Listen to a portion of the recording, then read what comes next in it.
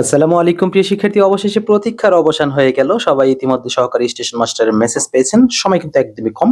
তাই ব্যাখ্যা সহ প্রশ্ন সমাধান এবং গণিতের সুপার টেকনিক যা অন্যদের চেয়ে আপনাকে অনেকাংশে এগিয়ে রাখবে। আজকের এই ক্লাসটি খুবই গুরুত্বপূর্ণ হতে যাচ্ছে। শুরু থেকে শেষ পর্যন্ত দেখার অনুরোধ জানিয়ে শুরু করছি আমাদের ৭ নাম্বার ক্লাসটি। শুরুতেই বলা আছে বাংলাদেশের সরকার প্রধানকে। মূলত এটি একেবারেই যৌক্তিক একটা প্রশ্ন বর্তমানে আসার মতো, যেহেতু নতুন সরকার, তাই প্রধানমন্ত্রী হবে আমাদের সঠিক উত্তর।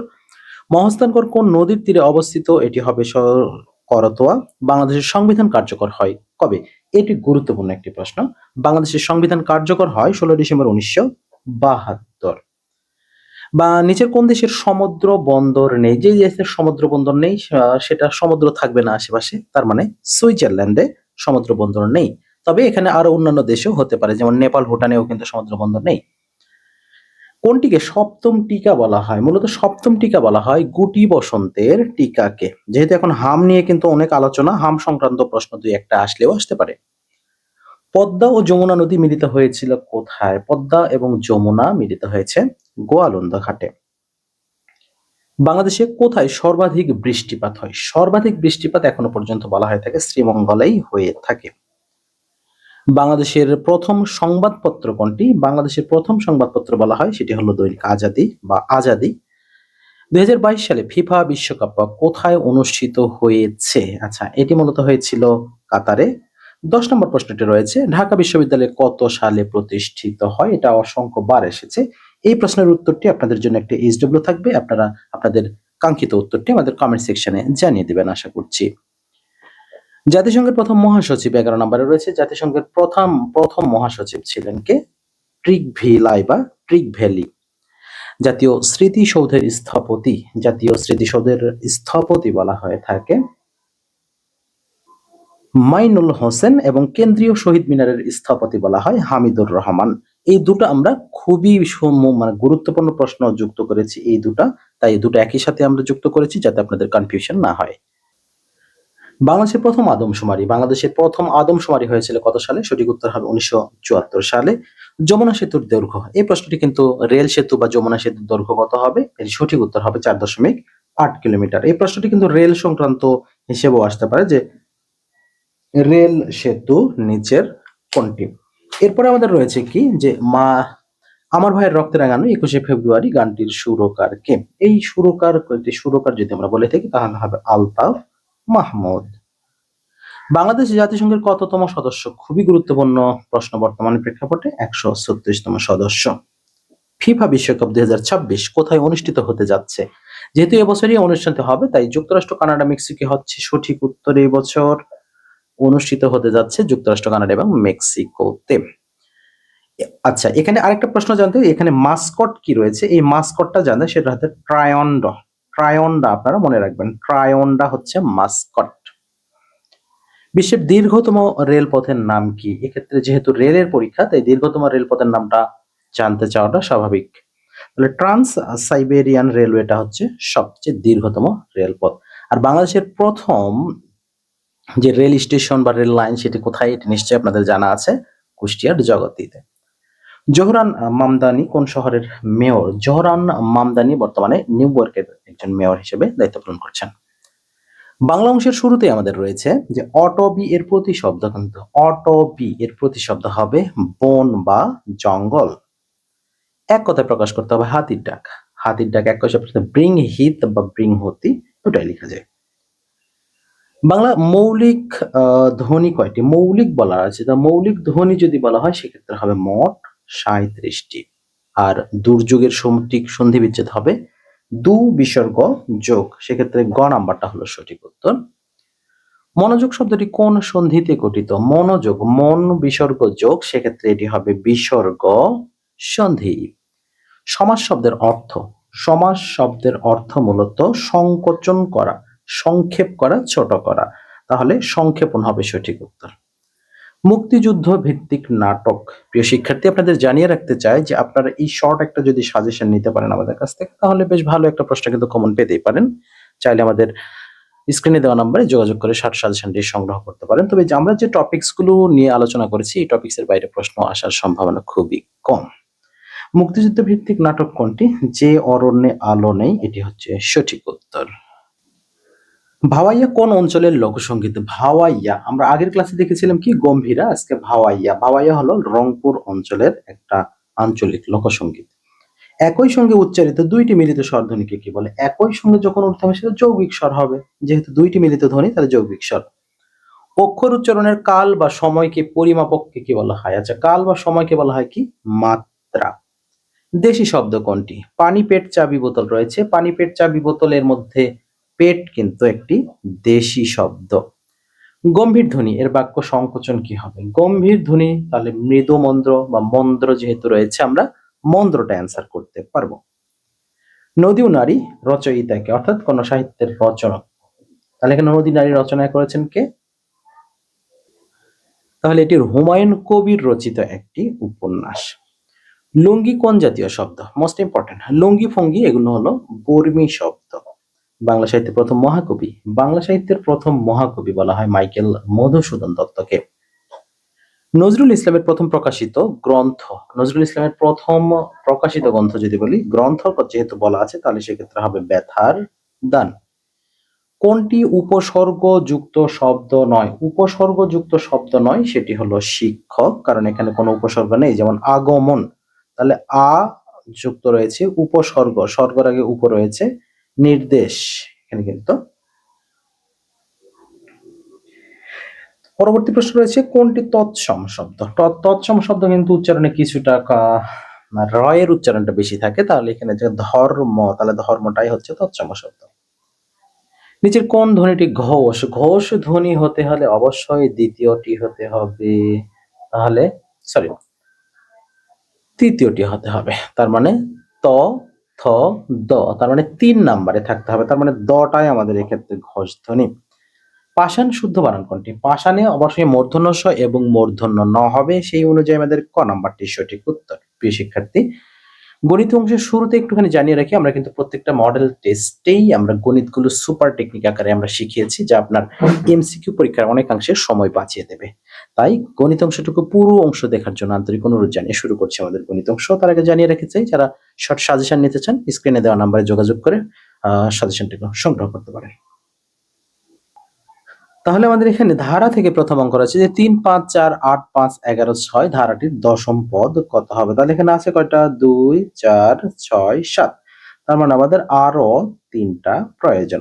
তার আমাদের ধারাটা দেখতে হবে 3, 4, 5, 6, 7। আমরা এই ধারা নেব 5, 3, 8, 8, 3, 11, 11, 3, 14 আর 14 3 হবে 17। তাহলে এক্ষেত্রে সঠিক উত্তরটা কত হলো? 17 হলো। 42 নম্বরে বলা আছে x plus 1 divided x equal to 2 হলে x minus 1 divided x square এর মান কত হবে? তাহলে যেহেতু এখানে প্লাসের মান দেওয়া আছে, এখানে মাইনাসের মানটা বের করতে হবে, তার মানে 4ab সূত্রটা ব্যবহার করতে হবে। তাহলে 2 টোটাল স্কোয়ার মাইনাস 4, তাহলে 2 টোটাল স্কয়ার যেটি, তার মানে এটিও 4 মাইনাস 4 ইকুয়াল টু 0, তার মানে 0টাই আমাদের অ্যান্সার হবে, কারণ 0 কে রুট করলেও 0ই কিন্তু অ্যান্সার হয়। a plus b into 5 ab equal to 10 হলে a square plus b square সমান কত হবে? তাহলে এখানে এমন দুটো সংখ্যা আপনারা নির্ধারণ করুন যার যোগফল 5 হবে এবং গুণফল 10 হবে। এরকম কোন সংখ্যা কিন্তু আদতে হবে? 3 আর 2 5, 3 দুগুণে 10 কিন্তু হবে না। তাহলে সরাসরি আমাদের এখন সূত্র ব্যবহার করতে হবে। সূত্রটা কি? a plus b total square, অর্থাৎ মান স্কয়ার মাইনাস 2ab। তাহলে মান আমাদের কত? 5। তাহলে 5 স্কয়ার মাইনাস 2ab, ab এর মানটা 10, তাই এখানে হবে 10। তাহলে 5 এ 5 এ 25, 25 থেকে 10 দুগুণে 20 বিয়োগ করলে কত হচ্ছে? মাত্র 5 হচ্ছে, তার মানে 5 এক্ষেত্রে সঠিক উত্তর। লঞ্চ স্রোতের গতিবেগ যথাক্রমে 20 কিলোমিটার এবং 4 কিলোমিটার, তাহলে 96 কিলোমিটার দূরত্ব অতিক্রম করতে কত সময় লাগবে? এক্ষেত্রে আপনারা যেটা করবেন x প্লাস ওয়াই এবং x মাইনাস ওয়াই পদ্ধতিটা ব্যবহার করবেন। আমি যদি একটুখানি সংক্ষেপে আপনাদের দেখাই, তাহলে এখানে 20 কিলোমিটার প্লাস 20 প্লাস 4, তার মানে কত হচ্ছে? 24। তার মানে আমি যদি 24 কিলোমিটার গতিতে 96 কিলোমিটার পথ যেতে চাই, তাহলে আমার সময় লাগবে কত? 3 ঘন্টা, কারণ 3 24 96। এখন যখন ফিরে আসবো, তখন প্রতিকূলে ফিরে আসবো, তখন আমাদের কি করতে হবে? x মাইনাস ওয়াই মানে 20 মাইনাস 4, তাহলে কত হলো? 16। এবারে 16 কিলোমিটার গতিতে যদি আমি আসি তাহলে কত কিলো লাগবে? 6 কিলোমিটার লাগবে, কারণ 6×10 = 60, 6×6 = 36, তার মানে 6। তাহলে যাওয়ার সময়, আসার সময় লাগলো 6, যাওয়ার সময় লাগলো 3, তাহলে 6 আর 3 কত ঘন্টা সময় লাগলো? 9 ঘন্টা। তাহলে এক্ষেত্রে সঠিক উত্তর আমাদের হচ্ছে 9 ঘন্টা। যেহেতু আমাদের নাই, সেহেতু আমরা কোনো উত্তর করতে পারছি না। পরবর্তী অঙ্ক যেটি রয়েছে আমাদের, 4 বছর আগে ক এবং খ এর গড় বয়স ছিল 16 বছর। ক, খ ও গ এর বর্তমান বয়স 22 বছর। তাহলে 4 বছর পর গ এর বয়স কত হবে? তাহলে এটা আমরা নরমালি কিভাবে বের করব? যে 4 বছর আগে ক ও খ এর গড় বয়স 16 বছর ছিল। ভালো করে একটু খেয়াল করতে হবে। তাহলে বর্তমানে তাদের বয়স কত হবে? 24 বছর হবে। যদি আপনারা এইভাবে বের করতে না পারেন, তাহলে এখানে আমাদের করতে হবে গড় বয়স কত ছিল? 16। তাহলে মোট বয়স কত ছিল তখন? 32। তাহলে 4 বছর আগের কথা, এখন 4 বছর পরে, তার মানে 2 × 4 = 8।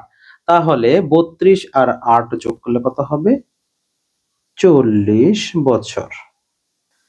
এখন আমরা এখানে দেখছি তাদের বর্তমান বয়সের গড় 22, তার মানে 3×22 = 66।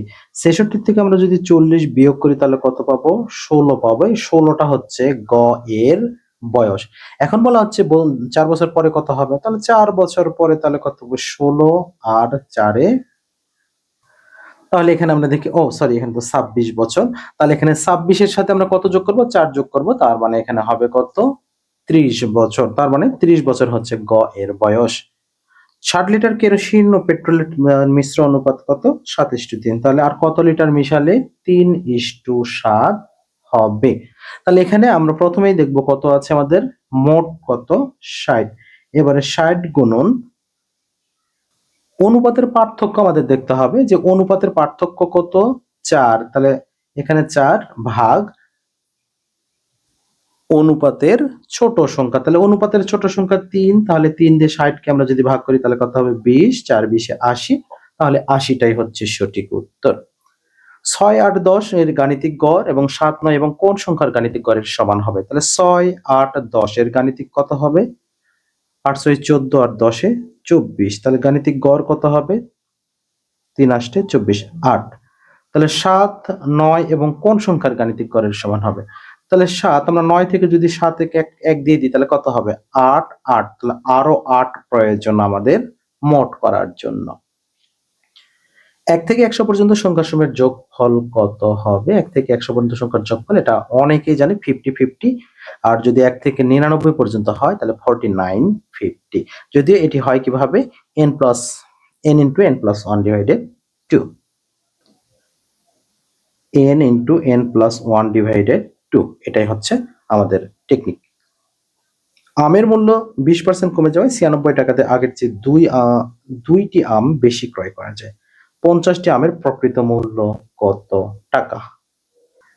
তাহলে এখানে আমের মূল্য কমে যাওয়ার যে বিষয়টা, তাহলে 20% কমে গেছে, তার মানে 100 টাকায় 20 টাকা কমে গেছে।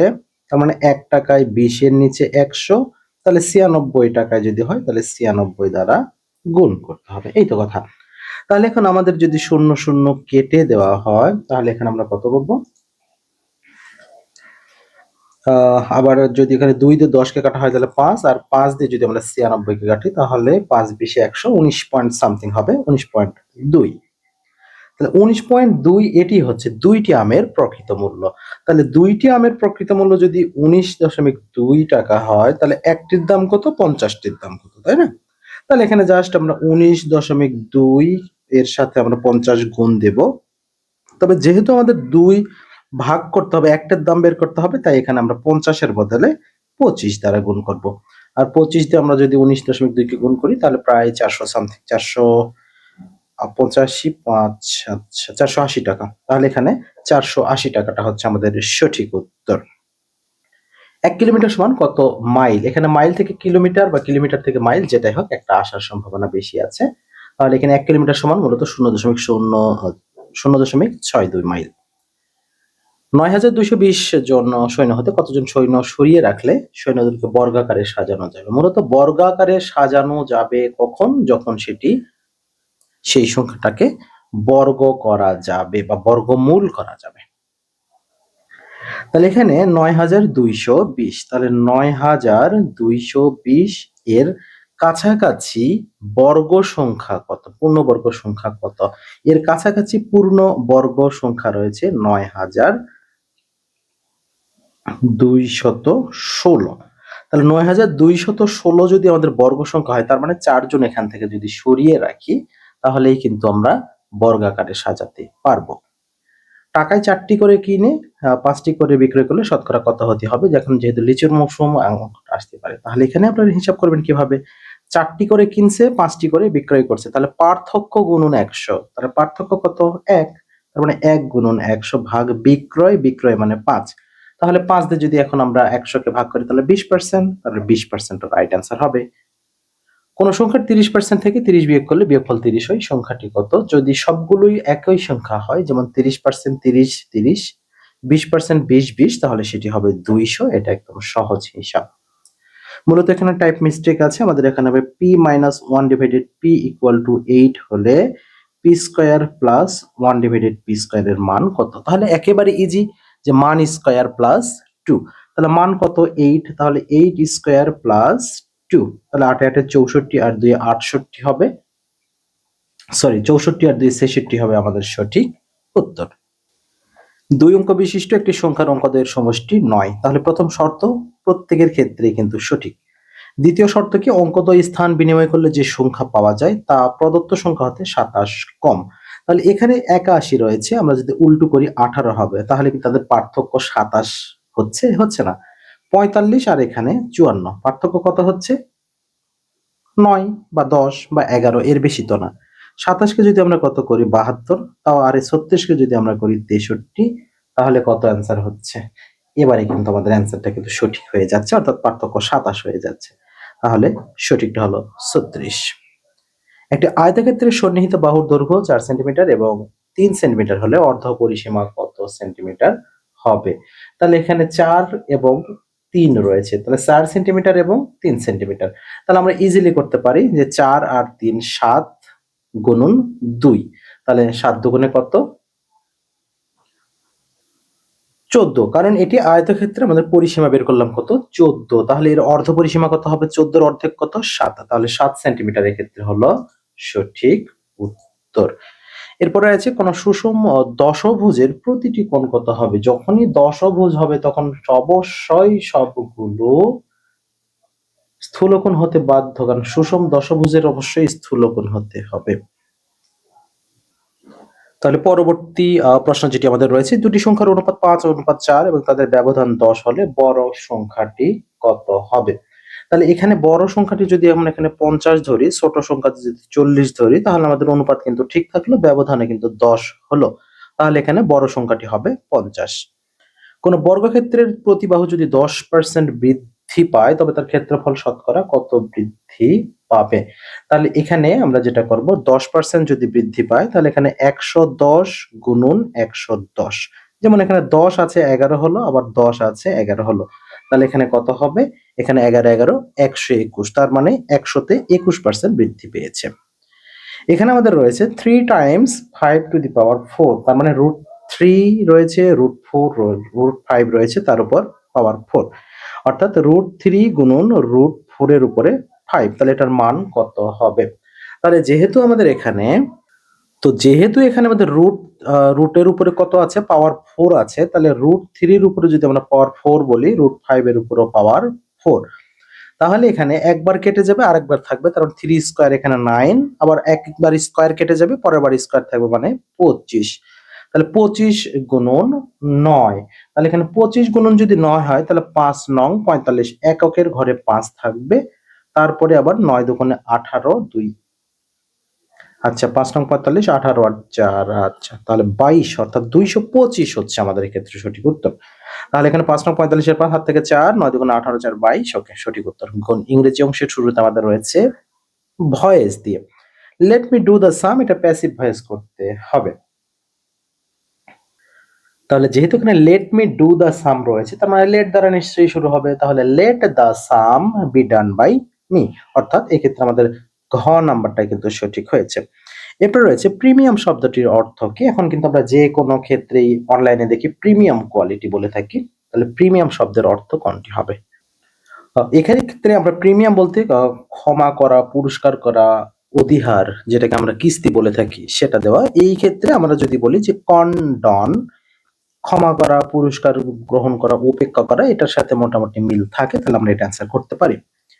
Anis said good night father, তাহলে এখানে কিন্তু সেইড বলছে কি, Anis said good night father, তার মানে গুড নাইট যখন বলা হবে তখন কি বলতে হয়, Anis bed his father good bye বা গুড নাইট যেটাই বলো সেটা।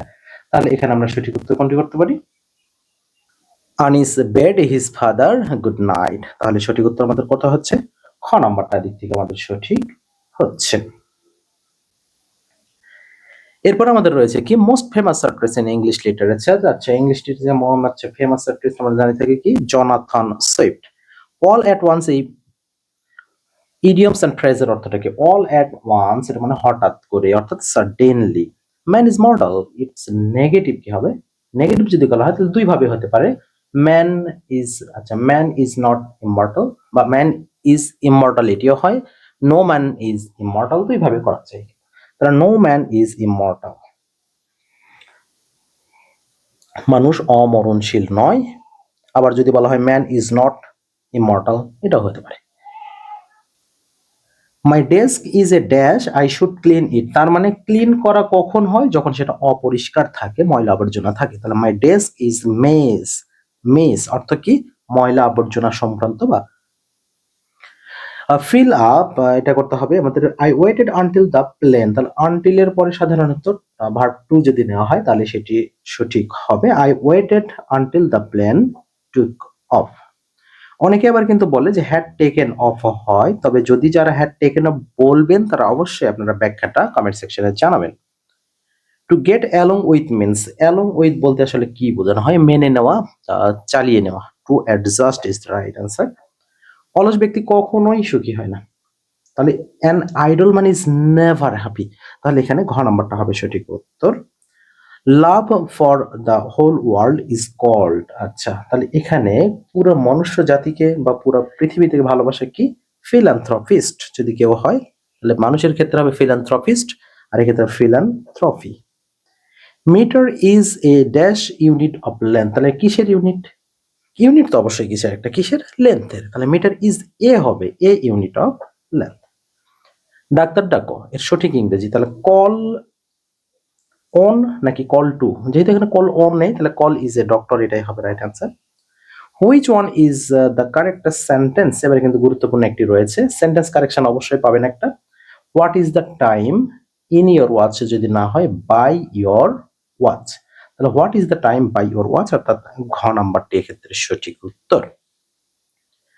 হুইচ ওয়ান ইজ প্লুরাল, আপনি নাম্বার এবং জেন্ডার থেকে পাবেন, তাহলে এখানে প্লুরাল নাম্বার কোনটি, অ্যালমস রয়েছে, অ্যাশেজ, ফর্মুলাস, তাহলে এখানে ফর্মুলাস বা ফর্মুলা ই দুটাই কিন্তু করা যায়। So the correct spelling, ceiling রয়েছে, সিলিং বানানটা C E I L I N G, আবার বলছি C E I L I N G, অর্থাৎ ঘ নাম্বারটি। What is the meaning of the word tranquil, tranquil শব্দের অর্থটা কি হবে, প্ল্যাসিড, যার অর্থ শান্ত অথবা নিশ্চুপ। এবং all's well that ins well, এটি প্রভাব থেকে একটি ট্রান্সলেশন রয়েছে, অলস ওয়েল সবই ভালো, দ্যাটস ইনস ওয়েল যার সব ভালো, এই কথা আছে না, তাহলে সব ভালো যার, শেষ ভালো যার। এবং সর্বশেষ আমাদের যে দুইটি রয়েছে তার মধ্যে একটা হচ্ছে হি ইনস্টিড, তাহলে হি ইনস্টিড এর পরে অন মাই আইএনজি যুক্ত ভার্ব, তাহলে অন মাই গোয়িংটা হচ্ছে সঠিক উত্তর, অর্থাৎ ও নাম্বারটি। এবং সর্বশেষ আমাদের যেটি রয়েছে, I will not go dash I am invited, আচ্ছা আই উইল নট গো আমি সেখানে যাব না, আনলেস যদি না আই অ্যাম ইনভাইটেড আমাকে দাওয়াত না করা, তাহলে আমাকে দাওয়াত না করলে তো আমি সেখানে যাব না, এটাই স্বাভাবিক রাইট, তার মানে আনলেসটাই হচ্ছে সঠিক উত্তর। ওকে প্রিয় শিক্ষার্থী, আমাদের যেহেতু হাতে মাত্র কয়েকটা দিন সময় আছে, তাই আপনারা দ্রুত রিভিশনের জন্য সাজেশন না পিডিএফ সাজেশন নিতে পারেন আমাদের স্ক্রিনে দেওয়া নাম্বারে। আর ক্লাসগুলো কেমন হচ্ছে অবশ্যই জানাবেন, লাইক কমেন্ট শেয়ার মাস্ট করবেন। আর আগামী ক্লাসের জন্য তো অপেক্ষা থাকছে, আগামী ক্লাসে ঠিক সময় ঠিক মুহূর্তে দেখা হবে ইনশাআল্লাহ। সবাইকে আল্লাহ পাক ভালো রাখুন, সুস্থ রাখুন, এই শুভকামনায় আজকের মতো বিদায় নিচ্ছি, আল্লাহ হাফেজ।